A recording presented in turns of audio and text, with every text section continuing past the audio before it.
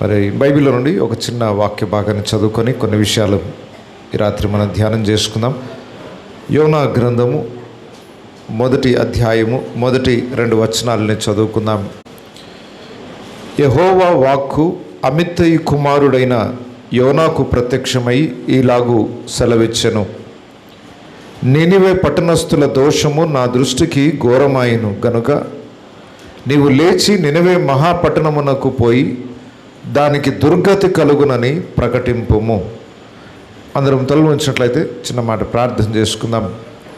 ప్రేమ కలిగిన మా ప్రియ పరలోకపు తండ్రి, ఈ రాత్రి ఈ సంఘ బిడ్డలని నువ్వు ప్రేమించి నువ్వు అందించబోయే వాక్కు కొరకు మా హృదయాలను సిద్ధపరచండి.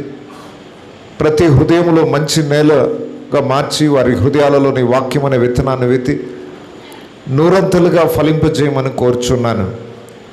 నీ దాసుని బలముగా అభిషేకించి నీ మహిమార్థమై వాడుకోమని యేసు పరిశుద్ధ నామములో ప్రార్థిస్తున్నాను తండ్రి, ఆమెన్. బైబిల్లో యోనా గ్రంథము చాలా సుపరిచితమైనది. చిన్నపిల్లలకు కూడా యోనా కథ అంటే బాగా తెలుసు. సండే స్కూల్లో ఖచ్చితంగా వారు విని ఉంటారు. చేప కడుపులో ఉన్న ఒక ప్రవక్త. బహుశా ఈ కథ తెలియని క్రైస్తవులు అంటూ ఉండరు. అయినా ఈ కథ ప్రతిసారి మనం జ్ఞాపకం చేసుకుంటూనే ఉండాలి. 4 అధ్యాయాలు అయినప్పటికీ మన జీవితకాలం అంతా నేర్చుకోవాల్సిన పాఠాలు ఆ చరిత్రలో ఉన్నాయి. ఈ రాత్రి కొన్ని విషయాలు మీకు జ్ఞాపకం చేయాలని ఆశిస్తున్నాను. ఇవి క్రొత్తగా మనం నేర్చుకునేవేమీ కాకపోయినా మన ఆత్మీయ జీవితాన్ని సరిదిద్దడానికి దేవుడు అందులో నుండే కొన్ని విషయాలు జ్ఞాపకం చేస్తుంటాడు.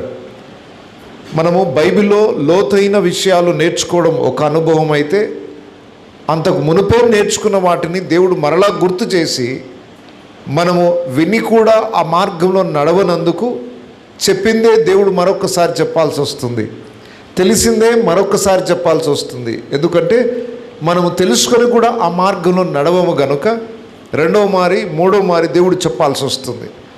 యోనా గ్రంథము తెలిసినదే అయినా ఈ రాత్రి దేవుడు మనకు ఎందుకు చెప్తున్నాడో వినడం ద్వారా మనకు అర్థమవుతుంది. ఏ మార్పుని దేవుడు మన జీవితంలో కోరుతున్నాడో మనం ఈ రాత్రి తెలుసుకోవచ్చు. సరే, మొట్టమొదటిగా కొన్ని పాయింట్స్ లాగా నేను చెప్తాను. ఈ యోనా గ్రంథం అంతా స్టోరీ ఏంటంటే, నినివే అనే ఒక పట్టణం ఉంది. ఆ పట్టణపు ప్రజలు బహు భయంకరమైన పాపం చేస్తున్నారు. ఎంత భయంకరమైన పాపం అంటే దేవుని దృష్టి ఎదుట అది చాలా ఘోరమైన పాపము. దేవుడు ఆ పట్టణాలని నాశనం చేయాలని అనుకుంటున్నాడట. దేవుడు దీర్ఘశాంతుడని బైబిల్లో రాయబడి ఉంది. దేవునికి అంత త్వరగా కోపం రాదు. త్వరపడి దేవుడు ఎవరిని శిక్షించడు. దేవుడు ఒక వ్యక్తి విషయంలో చాలా దీర్ఘశాంతం చూపించి ఆ దీర్ఘశాంతం యొక్క ముగింపు అయిపోయిన తర్వాత దేవుడు తన ఉగ్రతని కురిపిస్తాడు. సహజంగా మనిషికి కోపం వస్తే ఎంతసేపు అండి శిక్షించడం? పిల్లలు ఏదైనా అల్లరి చేస్తారనుకోండి, 2 నిమిషాలు కూడా ఓపిక పట్టరు తండ్రులు తల్లులు. కానీ 2 నిమిషాలు చూస్తారు. చూసి మన ఓపిక 2 నిమిషాల కంటే ఎక్కువ ఉండదు. కానీ దేవుడు మనుషుల విషయంలో చాలా దీర్ఘశాంతం చూపిస్తాడట. చూపించి ఇక అంతకు మనిషి మారకపోతే అప్పుడు ఆయన తన కోపాన్ని కనుపరుస్తాడు. ఈ నినివే ప్రజల యొక్క పాపము బహు భయంకరమైంది. దేవుడు చూసి చివరికి దాన్ని నాశనం చేయాలనుకున్నాడట. అయితే నాశనానికి ముందు దేవుడు చేసే ఒక అద్భుతమైన పని ఉంది. ఈ భూమి మీద ఎంత ఘోర పాపి అయినా దేవుడు వారిని వెంటనే శిక్షించడు. ఎందుకంటే దేవుడు ఒక వ్యక్తిని నాశనం చేయడంలో ఆనందించే దేవుడు కాదు. ఆయన ఎంత ఘోర పాపి అయినా అతన్ని మారు మనసులోకి నడిపించి రక్షించాలన్నదే దేవుని కోరిక. ఈ భూమి మీద ఏ నరుడు నశించిపోవడం దేవుని చిత్తము కాదు. ఎంత ఘోర పాపి అయినా అతన్ని ఎలాగైనా మార్చి నిత్య జీవానికి తీసుకెళ్ళాలి, ఉగ్రత నుండి తప్పించాలి, శిక్ష నుండి తప్పించి కొత్త జీవితాన్ని అతనికి ఇవ్వాలి అనేది దేవుని ఆశ. అందుకొరకు దేవుడు చేసే పద్ధతి ఏంటంటే, పాపములో నాశనానికి లోనవుతున్న మనిషి జీవితాన్ని బాగు చేయడానికి దేవుడు చేసే మొట్టమొదటి పని ఏంటంటే, తన వాక్కుని వారి దగ్గరికి పంపిస్తాడు. దేవుని మాటలను నశించిన ప్రజల దగ్గరికి పంపిస్తాడు. ఎవరి ద్వారా పంపిస్తాడు? దేవుని సేవకుల ద్వారా పంపిస్తాడు. ఇప్పుడు నినవే పట్టణాన్ని నాశనం చేయాలనుకున్నాడు. మరి నాశనం చేయాలనుకున్నాడు, వెంటనే నాశనం చేయొచ్చు కదా. అలా నాశనం చేయడం ఆయనకి ఇష్టం లేదు. మరి ఏం చేద్దాం అనుకుంటున్నాడు? ఆ పట్టణానికి ఇంకొక ఛాన్స్ ఇద్దాం అనుకున్నాడు. ఎలా ఛాన్స్ ఇద్దాం అనుకున్నాడు అంటే, ఎక్కడో ఇజ్రాయెల్ దేశంలోనున్న యోనా ప్రవక్తను పిలిచి, నువ్వు నినవే పట్టణానికి వెళ్ళి దానికి దుర్గతి పడుతుందని, అది నాశనం చేయబడుతుందని వెళ్ళి చెప్పిరా అని దేవుడు పంపుతున్నాడు. ఒక ప్రవక్తని నాశనానికి ముందు ఒక పట్టణానికి దేవుడు పంపుతున్నాడు. ఒక సేవకుని దేవుడు పంపడం యొక్క ఉద్దేశం ఏంటంటే, ఆ సేవకుని నోట దేవుడు తన మాటల నుంచి, నువ్వు వెళ్ళి ఈ పట్టణానికి ఈ మాట తెలియచేయి. ఆ మాట చెప్పడం ద్వారా వాళ్ళు ఒకవేళ విని మారు మనసు పొంది వారి తప్పును విడిచిపెడితే ఉగ్రత నుండి తప్పించుకుంటారు. ఈ భూమి మీద దేవుని సేవకులు చేసే పనేంటో తెలుసా?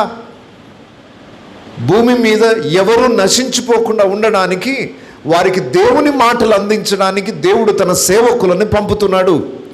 బాగా గుర్తుపెట్టుకోండి, ఈ అనాజపురం గ్రామమును నాశనం చేయడం దేవునికి ఇష్టం లేదు. ఈ ప్రజలని రక్షించాలని దేవుడు ఆశిస్తున్నాడు. ఇందులో ఏ ఒక్కడు నశించిపోవడం దేవుని చిత్తము కాదు. ఎంత ఘోర పాపి అయినా ఈ గ్రామ ప్రజలని దేవుడు మారు మనసులోనికి నడిపించి దేవుని ఉగ్రత నుండి తప్పించడానికి దేవుడు చేసిన పని ఏంటో తెలుసా? ఈ గ్రామానికి ఒక సేవకుని పంపాడు దేవుడు. నిజానికి ఈ గ్రామానికి చెందిన వ్యక్తి కాదు మీ అయ్యగారు. ఏ గ్రామానికి చెందిన వ్యక్తి? అక్కడేదో కాసరాబాద్లో ఉండాల్సిన వ్యక్తి ఎందుకు ఈ గ్రామానికి రావాలి? ఆయన పొలాలు ఆస్తిపాస్తులన్నీ ఇక్కడే ఉన్నాయి కాబట్టి ఇక్కడికి వచ్చాడా? కాదు. దేవుడు ఎందుకు ఒక వ్యక్తిని ఇక్కడ పంపాడు అంటే, ఈ గ్రామ ప్రజలు దేవుని స్వరాన్ని విని బాగుపడాలని. ఏ గ్రామానికైతే దేవుని సేవకుడు వస్తాడో ఆ గ్రామం దీవించబడుతుంది. ఏ పట్టణానికి దేవుని ప్రతినిధిగా దేవుని సేవకులు వాక్కును తీసుకొని వస్తారో ఆ పట్టణము సంతోషంగా ఉంటుంది. బైబిల్లో ఫిలిప్పు అనే ఒక సువార్థికుడు ఉన్నాడు. ఫిలిప్పు అనే ఒక సువార్థికుడు, ఆయన ఒక పట్టణానికి వెళ్ళాడట. ఆయన వెళ్ళినందుకు పట్టణం ఎలా ఉందో చూడండి. అపోస్తల కార్యములు 8వ అధ్యాయం, అపోస్తల కార్యములు 8వ అధ్యాయము 6, 7, 8 వచనాలు. అందుకు ఆ పట్టణములో మిగుల సంతోషము కలిగెను. అందుకు ఆ పట్టణములో మిగుల సంతోషము. ఎందుకు? ఎవరు వచ్చారా పట్టణానికి? ఫిలిప్పు అనే ఒక సువార్థికుడు ఆ పట్టణానికి వచ్చాడు. దేవుని సువార్తను ప్రకటిస్తున్నాడు. దేవుని శక్తి కార్యాలు ఆ పట్టణంలో జరుగుతున్నాయి. ప్రజలు దేవుని తట్టు త్రిప్పబడుతున్నారు. కనుక ఆ పట్టణం అంతా సంతోషించిందట. ఏ పట్టణానికి దేవుని సేవకులు వస్తారో ఆ పట్టణము దీవించబడుతుంది. నినవే పట్టణము ఎంత చెడ్డ ప్రజలైనా దేవుడు వారి యొద్దకు ఒక ప్రవక్తని పంపదలిచాడు. దేవుని వాక్కు దేవుడు తన ప్రజలకు తెలియజేసి వాక్యము ద్వారా మొదట హెచ్చరిస్తాడు. మనం తప్పు చేసిన వెంటనే దేవుడు నరకానికి పంపడు. తప్పుని సరిదిద్దుకోవడానికి ఏం చేస్తాడు? వాక్యము ద్వారా మాట్లాడతాడు. ప్రతి ఆదివారము మనం ఎందుకు ప్రార్థన కూడికలకు రావాలి?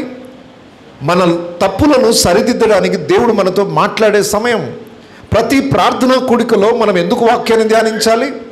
మనం నాశనానికి వెళ్లకుండా ఉండడానికి, మనల్ని రక్షించడానికి దేవుడు మాట్లాడతాడు.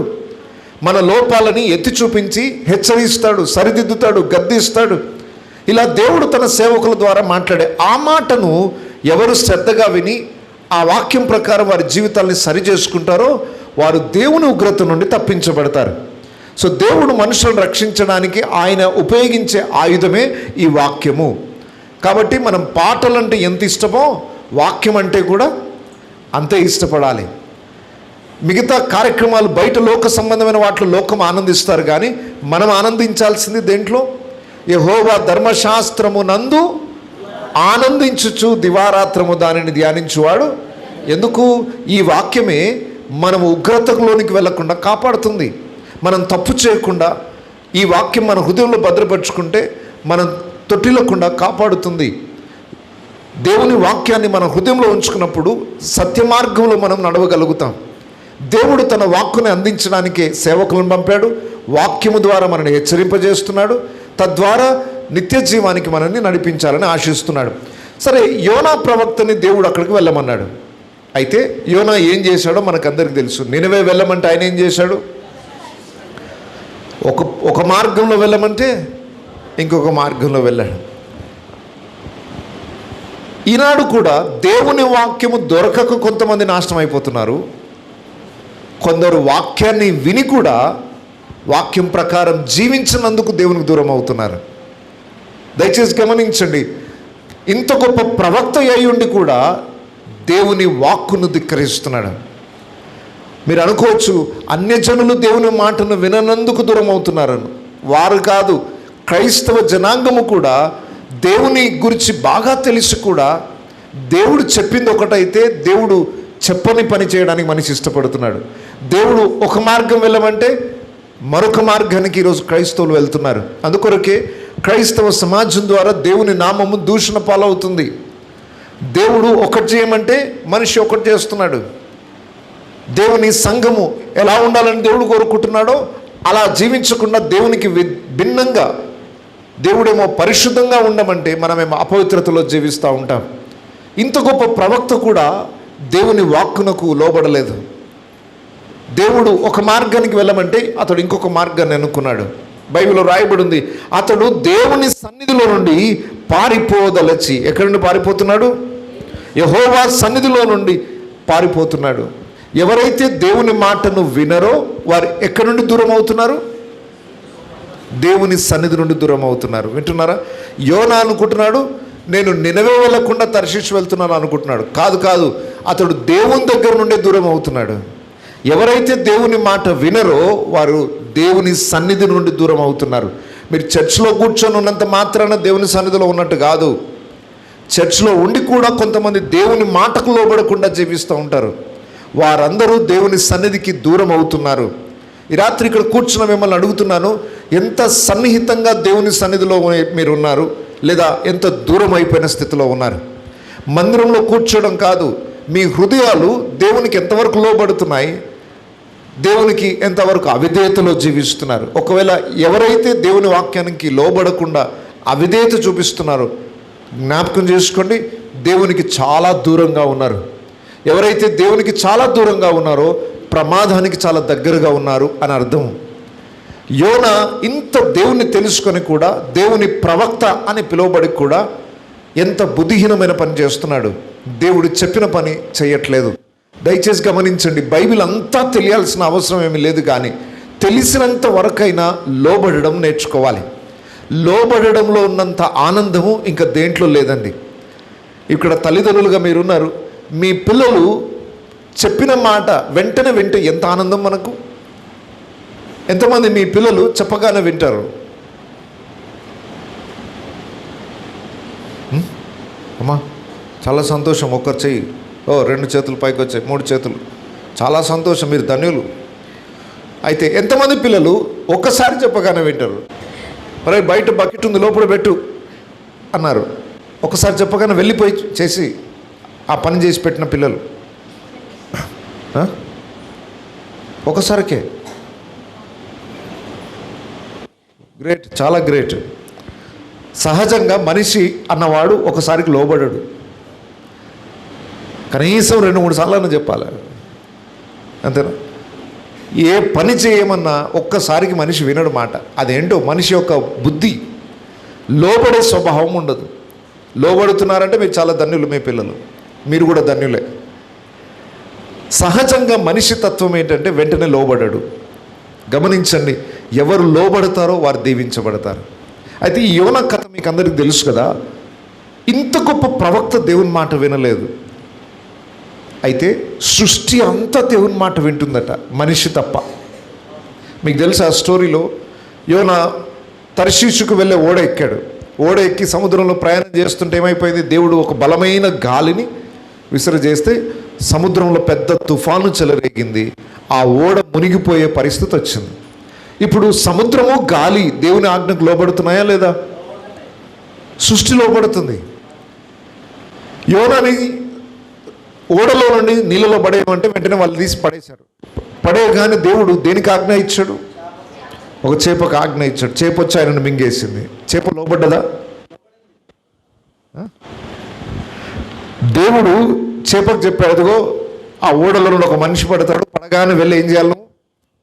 వెంటనే ఆయనను మింగేయాలి. రైట్? మింగడం ఒక్కటే కాదు, ఆయన కడుపులోనంతసేపు అది ఏం తినొద్దు.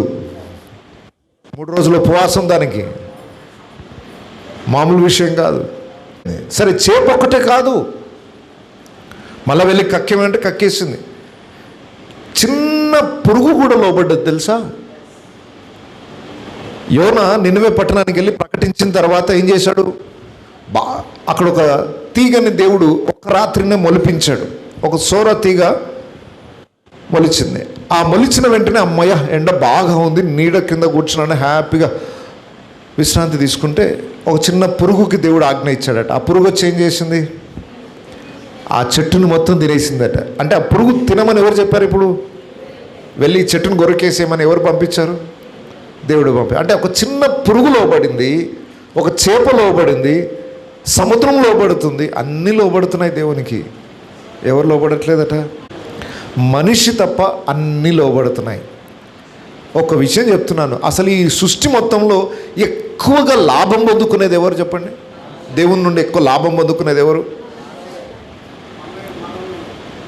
సృష్టి అంతా లాభం పొందుకుంటున్నా ఎక్కువ దేవుని ప్రేమను, దేవుని త్యాగాన్ని, దేవుని కృపను, దేవుని దీవెనలను పొందుకునేది ఎవరు?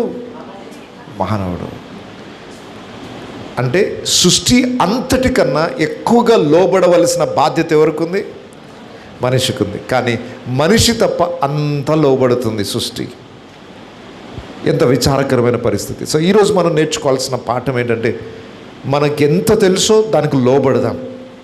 ప్రతి ఆదివారం ప్రతి ప్రార్థన కూడికలో దైవ సేవకుల ద్వారా మీకు దేవుడు ఏం వాక్యమని ఇస్తాడో వెంటనే దాన్ని లోబడండి. లోబడడంలో ఉన్నంత ఆనందం దేంట్లో లేదని. ఒకటి, దేవుడు ఏదైనా ఆజ్ఞ ఇచ్చాడంటే మరలా మన సొంత తెలివితేటలను ఉపయోగించొద్దు. అట్లెందుకు చేయాలి, నేను ఇట్లా చేస్తా. ఇప్పుడు ఉదాహరణకు దేవుడు శత్రువులను సహా ప్రేమించమన్నాడు. శత్రువులను ఎట్లా ప్రేమిస్తారు సార్? నాకు ఎంత ద్రోహం చేశాడో నీకు తెలుసు, ఆయన ఎంత బాధ పెట్టాడో మీకేం తెలుసు అంటున్నాడంటే అర్థం ఏంటి? దేవుని ఆజ్ఞకు లోబడడం ఇష్టం లేదు. నీ బాధను గుర్తు చేసుకుంటున్నావు, నీ శత్రువు నీకు చేసిన గాయాన్ని గుర్తు చేసుకుంటున్నావు, అలాంటి వాడిని నేను ఎట్లా క్షమించగలను అనుకుంటున్నావు, కానీ దేవుని మాటకు మాత్రం విలువ ఇవ్వట్లేదు. దయచేసి గమనించండి, దేవుడు ఏదైనా ఆజ్ఞ ఇస్తే మన సొంత భావోద్రేకాలని దాంట్లో కలపొద్దు. ఇప్పుడు యోనా ప్రాబ్లం ఏంటి చెప్పండి? దేవుడు నినవేకి వెళ్ళి చెప్పమన్నాడు. ఏంటి చెప్తే నష్టం ఏంటి? ఆయనకి ఏమైనా నష్టం? ఆయన చంపేస్తారా? ఆయనని చంపేస్తారన్న భయానికి వెళ్ళలేదు అక్కడికి. యోనా ఎందుకు వెళ్ళలేదు నినవేకి? ఆయన సొంత బుద్ధి పనిచేసింది. ఏంటంటే, నేను అక్కడికి వెళ్ళి చెప్తాను, వాళ్ళు ఏడుస్తారు, పశ్చాత్తాపడతారు, వాళ్ళు ఆయన క్షమించేస్తాడు. ఆ మాత్రం దానికి నేను వెళ్ళి చెప్పాల్సిన అవసరం ఏంటి? ఈ మూర్ఖ జనాంగానికి రక్షణ ఎందుకు? అసలు ఇంత మూర్ఖులు వీళ్ళు చస్తే బాగుండు అనుకుంటున్నాడే కానీ అక్కడికి వెళ్ళి చెప్తే వారు మారు మనసు పొందుతారు, రక్షింపబడతారు, దేవుడు కనికరిస్తారు కదా అని ఆనందం లేదు. అంటే ఈయన సొంత జ్ఞానాన్ని ఉపయోగిస్తున్నాడు, ఈయన భావోద్రేకాలు ఉపయోగిస్తున్నాడు. దేవుడు ఏదైనా ఆజ్ఞ ఇస్తే, బైబిల్లో దేవుడు ఏదైనా చేయమని చెప్తే లోకం ఏమనుకుంటుందో, మా బంధువులు ఏమనుకుంటారో, నీ సొంత ఆలోచనలు దాంట్లో ఉపయోగించద్దు. బైబిల్లో ఇలా చేయమని చెప్పిందా, వెళ్ళిపోయి చేయండి. అలా చేయడంలోనే గొప్ప దీవెన ఉంటుంది.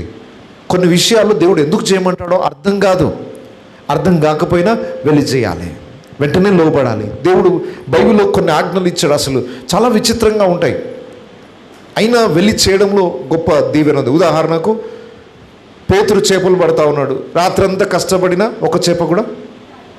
అయినా ఏమన్నాడు యేసు ప్రభు వచ్చి, పేతురు నీ దోణ కొంచెం లోతులోకి తీసుకెళ్ళి వాళ్ళ వేయమన్నాడు. ఇప్పుడు పేతురు ప్లేస్లో మనం ఉన్నాం అనుకోండి, రాత్రి అంతా కష్టపడింది ఎక్కడ? అదే సముద్రంలో. రాత్రంతా కష్టపడ్డాను, దొరకలేదు చేపలు. పైగా చేపలు పట్టడంలో చాలా ఎక్స్పర్ట్ పేతురు, ఎన్నో ఏళ్ళ అనుభవం ఉంది. ఎక్కడ వల వేస్తే చేపలు పడతాయో ఆయనకి తెలుసు. కాబట్టే ఆ అనుభవంతో వెళ్ళి రాత్రంతా ప్రయాసపడి వచ్చాడు. అంత ప్రయాసపడి వచ్చిన తర్వాత యేసుప్రభు ఏమన్నాడు? నీ దోణి లోతుకు తీసుకెళ్ళి వల వేయమన్నాడు. పేతురు ప్లేస్లో మనం ఉంటే, అయ్యా రాత్రంతా ఇదే సముద్రంలో కష్టపడ్డా ఒక్క చేప దొరకలేదు, మరలా నువ్వు చెప్పినంత మాత్రాన నేను పోయి చేసి ప్రయత్నం అక్కడ ఏముండదు, ఒక్క చేప కూడా దొరకదు, ఆల్రెడీ ట్రై చేసి వచ్చాం, నేను కొన్ని సముద్ర ప్రాంతాలకు వెళ్ళాను. అక్కడ జాలర్లు కొంతమంది ఉన్నారు. ఒక ఊరు చేపలు పట్టే జాలర్లు. వాళ్ళ దగ్గర కూర్చొని చాలా విషయాలు మాట్లాడాను. అసలు వాళ్ళ అనుభవాలు ఎలా ఉంటాయి. నేను వాళ్ళని ఇంటర్వ్యూ తీసుకున్నాను.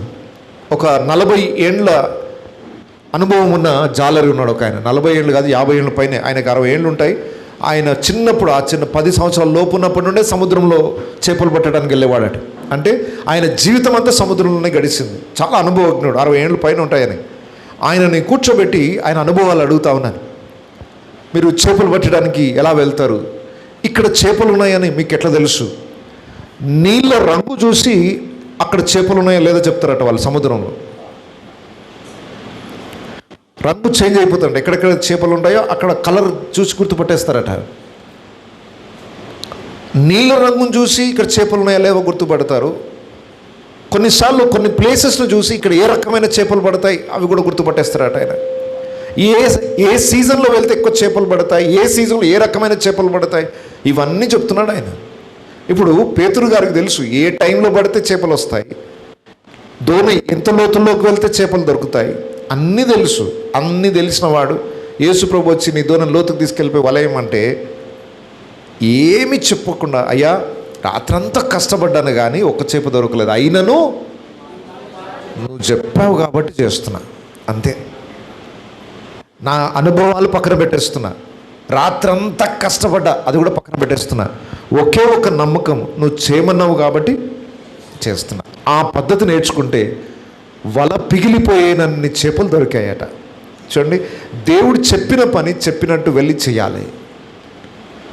కొన్నిసార్లు దేవుడు సేవకుల నోట కూడా మాటని పలికిస్తాడు. అయ్యా వెళ్ళి పని చెయ్యి అని సేవకులు పంపితే మళ్ళీ మీరు రిటర్న్ ఆన్సర్ చేయొద్దు. ఇక అది దేవుని వాక్కుగా తీసుకుని ఏం చేయాలి? వెళ్ళిపోయి చేయాలి, అంతే. ఇక అలా చేసినప్పుడే దేవుని దీవెనను మనము చూడగలుగుతాం. అయితే యోన ఆ పని చేయలేదు. ఎప్పుడైతే యోన అవిధేయత చూపించాడో దేవుని సన్నిధి నుండి దూరం అవుతున్నాడు. ఎవరెవరైతే దేవుని సన్నిధి నుండి దూరం అవుతున్నారో దేనికి దగ్గర అవుతున్నారు? వాళ్ళు ప్రమాదానికి దగ్గర అవుతున్నారు. ఇప్పుడు యోన ఓడలోనికి ప్రవేశించాడు. ఓడలో వెళ్తా ఉంటే సముద్రం భయంకరమైన తుఫాను చెలరేగి ఓడ మునిగిపోయే పరిస్థితి వచ్చింది. ఓడలో ఉన్న ప్రజలందరూ భయముతో వణికిపోతూ వారి వారి దేవతలకి ప్రార్థనలు చేస్తూ ఉన్నారు.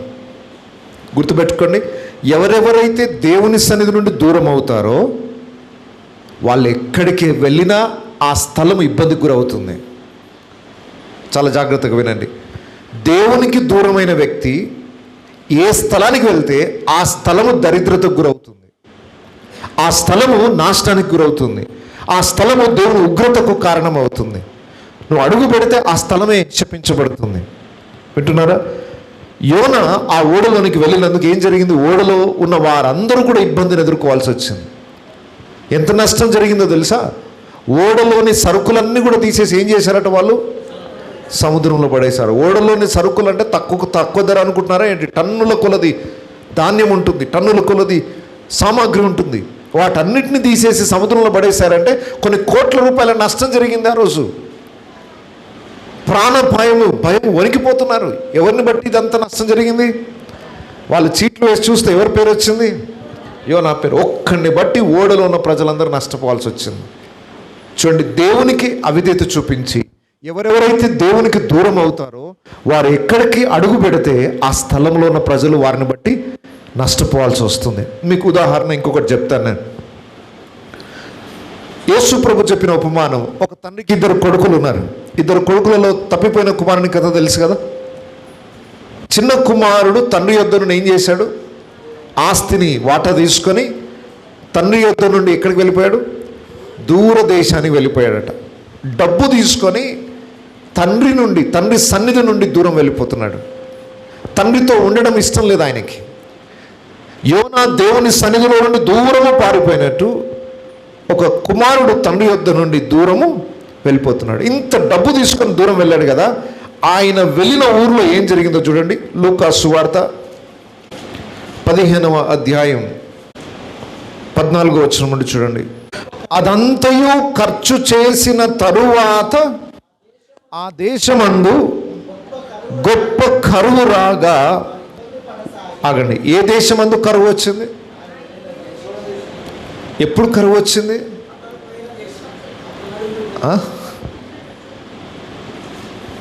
ఈ తప్పిపోయిన కుమారుడు ఏ ఊర్లో అడుగు పెట్టాడో అయిపోయా, ఆ ఊరు పని అయిపోయింది.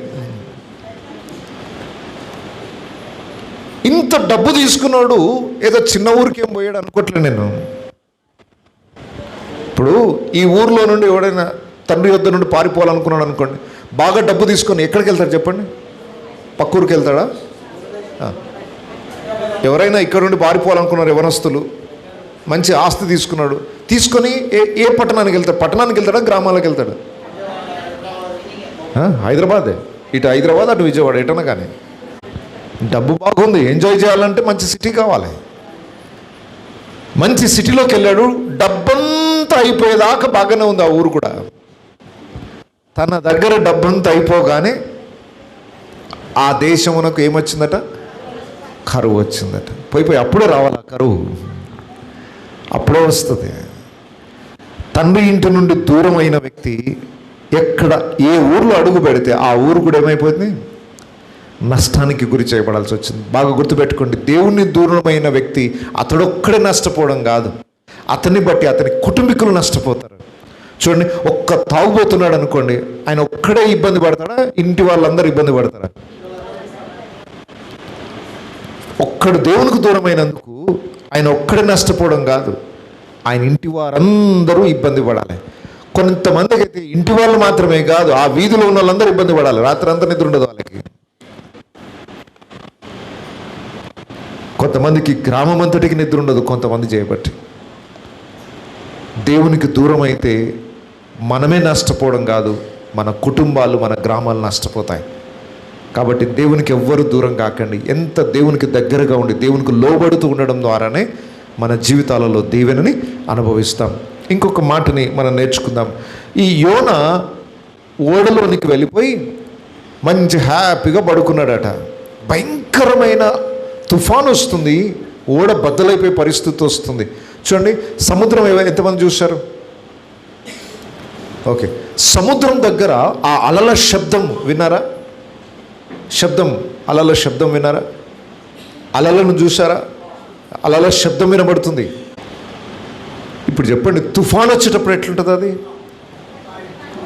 ఆ అలలు ఎంత రేంజ్లో ఉంటాయి, ఆ గాలి, బలమైన గాలి వీచుతుంటే, ఓడ ఇటు అటు కొట్టుకొని పోతుంటే లోపల దానికి నిద్ర ఎట్లా పడుతుంది చెప్పండి? పైగా ఇదంతా వచ్చేది ఎవరిని బట్టి? అసలు ఎవరిని బట్టి తుఫాను వస్తుందో ఆయన వెళ్ళి ఇక్కడ ఏం చేస్తున్నాడు? ప్రశాంతంగా పడుకున్నాడు. ఆ ఓడలో ఉన్న వాళ్ళందరూ ప్రాణభయంతో వారి వారి దేవుళ్ళకు మొరపెట్టుకుంటున్నారు. ఓ దేవుడా కాపాడినైనా అని మొరపెడతా ఉంటే అందరూ ప్రార్థన చేస్తుండగా ఈయన మాత్రం పడుకున్నాడు. వాళ్ళు వచ్చి ఏమని బిరుదు పెట్టి, మంచి పేరు పెట్టి పిలిచారు ఆయనని. అబ్బా, ఆ మాట నేను ఫస్ట్ టైం చదువుతున్నావు అంటే, నేను దాన్ని ధ్యానిస్తున్నప్పుడు చదివినప్పుడు నాకు ఎంత సిగ్గు అనిపించిందో. ఇజ్రాయేలు దేశంలోనే ఒక గొప్ప ప్రవక్త యోనా, మామూలు వ్యక్తి కాదు ఆయన. దేవునికి అంతగా సన్నిహితునిగా ఉండే ఒక గొప్ప వ్యక్తి ఆయన, సామాన్యమైన వ్యక్తి కాదండి. ప్రాఫిట్ అంటే ఈరోజు ఎవరు పడితే వాళ్ళు ప్రాఫిట్లు పెట్టుకుంటున్నారు, అలాంటి ప్రాఫిట్ కాదు ఆయన. దేవుని స్వరమును స్పష్టంగా విని ప్రజలకి దేవుని సందేశాన్ని అందించే గొప్ప ప్రవక్త. అంత గొప్ప ప్రవక్తని ఒక అన్యజనుడు ఏమని బిరుదు పెట్టి పిలవాల్సి వస్తుంది? ఓ ఈ నిద్రపోత. అసలు ఆ పిలుపు చూస్తుంటేనే ఎంత ఇన్సల్ట్, అది ఎంత అవమానం. ఈనాడు క్రైస్తవ సమాజం అంత దిగజారిపోయింది. మన రేంజ్ చాలా ఉన్నతమైనది, దేవుని బిడ్డలది. దేవుని సేవకులము, దేవుని ప్రజలము, దేవుని ఎరిగిన వాళ్ళం అంటే దేవుడు మనల్ని ఒక ఉన్నత స్థాయిలో ఉంచాడు. కానీ అన్యజనుల మధ్యలో మనం చేసే పనులు ఏమైపోతున్నాయి? వాళ్ళ నోటి చేత మనం దూషణ మాటలు పడాల్సిన పరిస్థితి వచ్చింది ఈరోజు. వాళ్ళందరూ ప్రార్థనలు చేస్తుంటే మనం పడుకొని ఉంటాం, అంతేనా? పొద్దున 5 గంటలకే మైక్ వినబడుతూనే ఉంటుంది. అందరూ లేచి వారి వారి దేవుళ్ళని ఆరాధిస్తుంటే మనం మాత్రం గురక పెట్టుకుంటూ పడుకుంటాం, అంతేనా? ఇప్పుడు చెప్పండి, ఆ టైటిల్ ఎవరికి పెట్టాలి? ఇప్పుడు జాగ్రత్తగా వినండి. మనము లోకానికి మాదిరిగా ఉండాలా, లోకం మనకు మాదిరిగా ఉండాలా? మనల్ని చూచి లోకం దేవుణ్ణి తెలుసుకోవాలి, మనలాగా జీవించాలని అనిపించాలి. మీరు లోకమునకు వెలుగై ఉన్నారు, మీరు లోకమునకు ఉప్పై ఉన్నారు. లోకానికి మీరు వెలుగునివ్వాలి. అలాంటి వెలుగునివ్వాల్సిన మనము నిద్రావస్థలో ఉంటే లోకము లేచి మనని హేళన చేయాల్సిన పరిస్థితి ఈరోజు సమాజంలో కనబడట్లేదు. అదే పరిస్థితి. దేవుని బిడ్డలు దేవునికి దూరం అవుతే దేవుని నామము అవమాన పాలవుతుంది. మరలా చెప్తున్నాను వినండి. దేవుని ప్రజలు దేవునికి దూరం అవుతే దేవుని నామము దూషణ పాలు చేసిన వాళ్ళు అవుతారు. మిమ్మును బట్టియే కదా నా నామం అన్యజనుల మధ్య దూషింపబడుతుంది. ఒక గొప్ప ప్రవక్తని ఓయి నిద్రపోతా అని తిడుతున్నారంటే ఈరోజు పాస్టర్లు ఎంతోమంది తిడుతున్నారు. ఈరోజు యూట్యూబ్ ఓపెన్ చేస్తే చాలు పాస్టర్ల మీద వచ్చిన కామెంట్స్ ఇంకెక్కడ లేవు. ఎన్ని మతాలు ఉన్నాయి, అన్ని మతాలు పక్కన పెట్టేశారు. ఇప్పుడు ఎవరి మీద టార్గెట్ పడ్డది? ఇప్పుడు పాస్టర్లను అనగానే ఎంత దుర్భాషను ఉపయోగిస్తున్నారు. ఎందుకు ఆ మాట ఎందుకు అనాల్సి వచ్చింది అంటే ఎక్కడో ఒకరు ఎవరో ఒకరు దొరికారు, వాళ్ళకి ఆ ఛాన్స్ ఇచ్చాం మనం. ఈరోజు పాస్టర్స్ అందరూ నిందించబడాల్సిన పరిస్థితి వచ్చింది. రకరకాల దూషణ మాటలతో పిలువబడాల్సి వచ్చింది. దేవుని నామం దూషణ పాలవుతుంది. కాబట్టి దయచేసి దేవుని బిడ్డలు దేవుని వాక్యానికి లోబడడంలో ఉన్న ఆశీర్వాదాన్ని మీరు సంపాదించుకోండి. దేవునికి దూరమై మీరు సమస్యకు గురి కావద్దు, మీ ద్వారా మీ చుట్టూ ఉన్న వారు సమస్యకు గురి కావద్దు, మీ ద్వారా దేవుని నామము దూషణ పాలు కాకూడదు. దేవుని వాక్యాన్ని నేర్చుకోండి, లోబడండి, ఆ వాక్యం ప్రకారం జీవితాన్ని కట్టుకోండి. ఎంత విచిత్రమైన విషయము, ఇంత గొప్ప ప్రవక్త దేవుని మాట వినలేదు. కానీ ఈ ప్రవక్త ఏ పట్టణానికైతే దేవుడు పంపాడో, నినవే పట్టణం మనకు తెలుసు. నినవే పట్టణానికి ఆయన వెళ్ళిన తర్వాత ఎన్ని రోజులు దానికి సువార్త ప్రకటించాడు? ఆ పట్టణం మొత్తం తిరగాలంటే ఎన్ని రోజులు పడుతుంది? కానీ ఈయన ఎన్ని రోజులు తిరిగాడు? ఒకటే రోజు తిరిగాడు. ఒకటే రోజు తిరిగి ఏమని ప్రకటించాడు? ఎన్ని ప్రసంగాలు చేశాడు? ఎన్ని అంశాలు ప్రసంగం చేశాడు? ఒకటే ఒకటి. ఏంటది? ఇంకా 40 రోజులకి ఈ పట్టణాన్ని దేవుడు అలా చెప్పుకుంటూ వెళ్ళిపోయాడు, అంతే సంచరించి. ఒకటే మాట. ఆ ఒక్క మాట విని నినవే ప్రజలందరూ కూడా ఏం చేశారట? రాజు మొదలుకొని దాసుని వరకు అందరూ ఉపవాసం ఉండి పశ్చాత్తాపడి దేవుని దగ్గర ఏడ్చి వారి చెడుతనమును విసర్జించి, దేవా తప్పైపోయింది క్షమించు నాయనా అని వారు పశ్చాత్తాపడి మారు మనసును పొంది దేవుని తట్టు త్రిప్పబడ్డారు. ఒకే ఒక్క మాటకి వాళ్ళు లోబడ్డారు. లోబడ్డందుకు దేవుని ఉగ్రతను తప్పించుకున్నారు. లోబడినందుకు యోన ఎక్కడ పంపబడాల్సి వచ్చింది? చేప కడుపులో. చేప కడుపులోకి వెళ్ళడం అంత సులభమైన పనేమి కాదండి. ఎంతమందికి చేపలు తినే అలవాటు ఉంది? చేపలు తింటారా? చేపలు తినడానికి బాగానే ఉంటాయి, కానీ చేపల్ని మీ ఇంట్లో వేసుకొని కడిగి, ఓకే, మీ ఇంట్లో చేపల్ని కడిగి ఆ చేపల వాసనకి ఎన్ని రోజులు ఉండగలుగుతారు?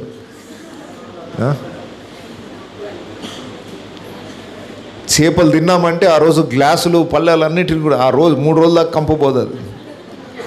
ఓకే, మామూలుగా చేప వండుకున్న తర్వాత తిన్న తర్వాత ఆ వాసననే తట్టుకోలేము మనం. అలాంటిది చేప కడుపులో ఎలాంటి వాసన ఉంటుంది?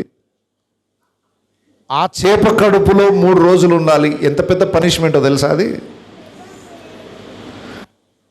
బయట అంటే ముక్కు మోసుకుంటారు, చేప కడుపులో ఉండి ఏం చేస్తారు? భయంకరమైన పరిస్థితి, మామూలు శిక్ష కాదు అది. అంత శిక్ష పెడితే కానీ మారు మనసు రాలేదు అయ్యగారికి. కొంతమందికి వాక్యం చెప్తే మారు మనసు రాదు, లోపల ట్రీట్మెంట్ సపరేట్గా చేయాలా.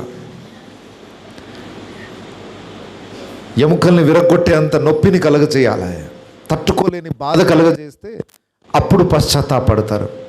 నేను అంటున్నాను, ఇక్కడున్న మీకు చెప్తున్నాను, దేవుడు మాట్లాడుతున్నప్పుడే ఆయన మాటకు విని లోబడండి. లేదా చేప కడుపులోనికి అనగా భయంకరమైన ట్రీట్మెంట్ చేసి మార్చాల్సి వస్తుంది. అంత దాకా ఎందుకు తెచ్చుకోవాలి? నినవే ప్రజలు ఒక్క మాటకి వెంటనే లోబడి బాగుపడ్డారు. వాళ్ళకి ఏమైనా కష్టం పెట్టాడా దేవుడు? ఏం కష్టం లేకుండా సెకండ్లో దేవుని కనికరాన్ని పొందుకున్నారు వాళ్ళు. యోనా మాత్రం ఇంత డైరెక్ట్గా దేవుని స్వరాన్ని విని శిక్ష పొందేదాకా మారు మనసు రాలేదు. ఒక విధంగా దేవుని ఎరగని ప్రజలు కొంచెం దేవుని గురించి తెలుసుకోగానే బాగుపడుతున్నారు. దేవుని గురించి నాకు బాగా తెలుసు అనుకున్న వాళ్ళు, బైబిల్ అంతా నాకు తెలుసు, ఎన్నో ఏళ్ళ నుండి మేము దేవుని తెలుసుకున్న వాళ్ళం అనుకుంటున్నవాడు ఎంత చెప్పినా మార్పు చెందట్లేదు. అలాంటి వాళ్ళని ఏం చేయాలి? ఇప్పుడు ప్రత్యేకమైన ట్రీట్మెంట్ చేయాలి. బైబిల్లో రాయబడింది, వ్యాధి చేత మంచం ఎక్కించుట వలన ఒకని హృదయం గుణపడుతుందట. మంచిగా చేప పులుసు తీసినట్టు మొత్తం తీసి ఫ్రై చేసి చెత్త చెదారం అంతా తీసి క్లీన్ చేసి అప్పుడు ఉడకబెట్టాలి నిన్ను. అప్పుడు కానీ మారు మనసు రాదు. మంచిగా దేవుడు మాట్లాడుతున్నప్పుడు దేవుని వాక్యాన్ని విని జీవితాలను కట్టుకోండి. పరిస్థితులు అనుకూలంగా ఉన్నాయి. ఈరోజు వాక్యం ఇంత స్వతంత్రంగా మనం వినే అవకాశం దేవుడు మనకి ఇచ్చాడు. రేపు రాబో రోజులలో ఈ స్వతంత్రత దొరకదు. దేవుని సేవకులు ఇంత స్వతంత్రంగా దేవుని వాక్యాన్ని ప్రకటించలేరు.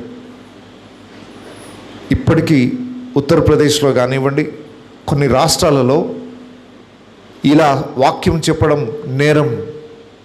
చేతిలో బైబిల్ ఉంటే జైలుకే. ఇప్పటికీ భారతదేశంలోనే, వేరే దేశంలో కాదు నేను చెప్పేది, మన భారతదేశంలోనే కొన్ని రాష్ట్రాలలో సువార్త నిషేధం.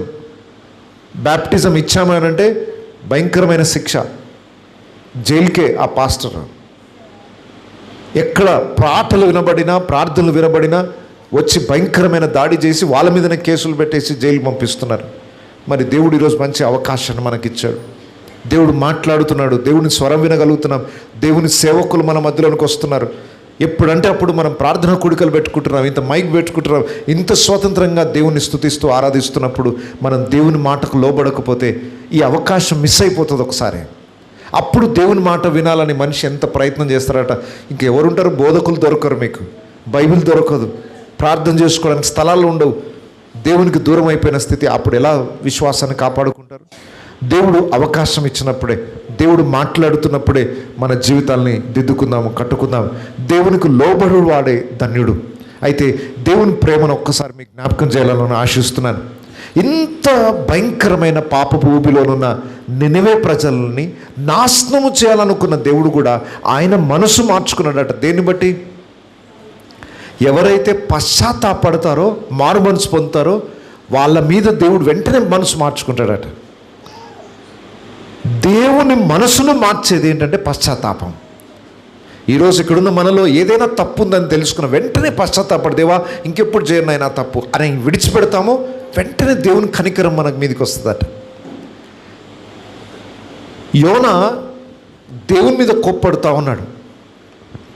దేవా ఈ పట్టణాన్ని నువ్వు నాశనం చేయవని నాకు తెలుసు, ఎట్లాగో నువ్వు దయగల మనసు, ప్రేమగల మనసు, వాళ్ళు ఏదో ఏడుస్తారు, ఏడవగానే వాళ్ళ పాపాలు క్షమించేస్తావు, ఆ మాత్రం దానికి ఎందుకు రావాలి నేను అని దేవుని మీద కోపం మాట్లాడుతూ ఉన్నాడు. అప్పుడు దేవుడు ఒక మాట అన్నాడు, యోనాకు ఒక ట్రీట్మెంట్ చేసి సొర చెట్టును మొలిపించి ఒక్క రాత్రిలోనే మొలిచి సొర చెట్టు ఒక్క రాత్రిలోనే చనిపోయింది. ఆ చెట్టు పురుగు తినేసింది. తినేయగానే ఎండ తట్టుకోలేక దీనికంటే చావడం బెటర్ అనుకున్నాడట.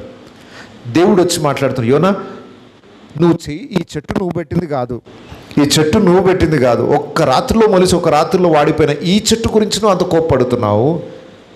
1,20,000 మంది ప్రజల కన్నా ఎక్కువ మంది ఈ పట్టణంలో ఉన్నారు, వీళ్ళ గురించి నేను బాధపడదా? వీళ్ళు నశించిపోతున్నారు, వీళ్ళని బాగు చేయడానికి నాకు మనసు లేదనుకుంటున్నావా? అంటే దేవుడు ఒక్కొక్క పట్టణాన్ని, ఒక్కొక్క గ్రామాన్ని రక్షించాలనే ఆలోచనతోటే ఉన్నాడు. ఈ అనాజ్పురం గ్రామంలో 5,000 మంది ప్రజలు ఉన్నారట.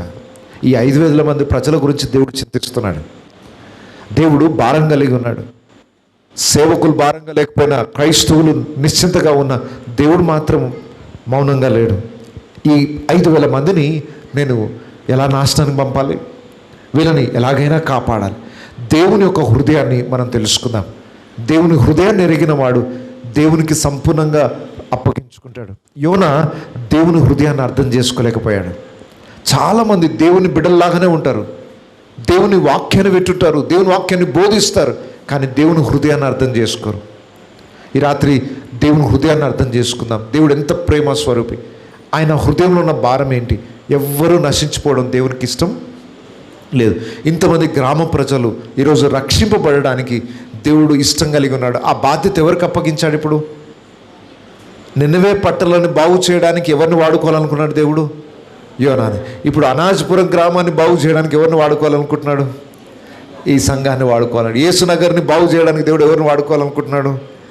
అక్కడున్న సంఘాన్ని వాడుకోవాలనుకుంటున్నాడు. సో మనము దేవుని హృదయాన్ని ఎరిగిన వారం అయితే ఆ నశించున్న వాళ్ళ యొద్దకు వెళ్ళి వాళ్ళను కూడా మనం ఎలాగైనా దేవుని యొద్దకు నడిపించాలనే ఆశ మనలో కలుగుతుంది. కాబట్టి ఇక్కడున్న సంఘ బిడ్డలందరూ కూడా నేను ఇచ్చే సందేశం ఏంటంటే, దేవుని హృదయాన్ని తెలుసుకోండి, ఆయనను సంతోషపెట్టడానికి బ్రతకండి. ఆయన హృదయంలో ఉన్న అభిలాష అందరూ రక్షింపబడాలి, అందరూ దేవుని యొద్దకు రావాలి, అందరూ దేవుని ఉగ్రత నుండి తప్పించబడాలి, అందరూ సత్యాన్ని తెలుసుకోవాలి. యేసునందు విశ్వాసం ఉంచి మారు మనసును పొంది పరిశుద్ధంగా జీవిస్తే దేవుడు ఆనందిస్తాడు. సో దేవుణ్ణి సంతోషపెట్టే జీవితం మనం కలిగి ఉందాం. మన ద్వారా మన గ్రామాలు కూడా దేవుని ఉగ్రత నుండి తప్పించబడడానికి, వారి రక్షణ కొరకు కూడా భారం కలిగి ప్రయాసపడదాం. మరి దేవుని బిడ్డల్లాగా యోనా జీవితం నుండి నేర్చుకున్న ఈ పాఠాలన్నీ మన జీవితంలోనికి అన్వయించుకొని దేవుని చిత్తానికి సంపూర్ణంగా లోబడదాం.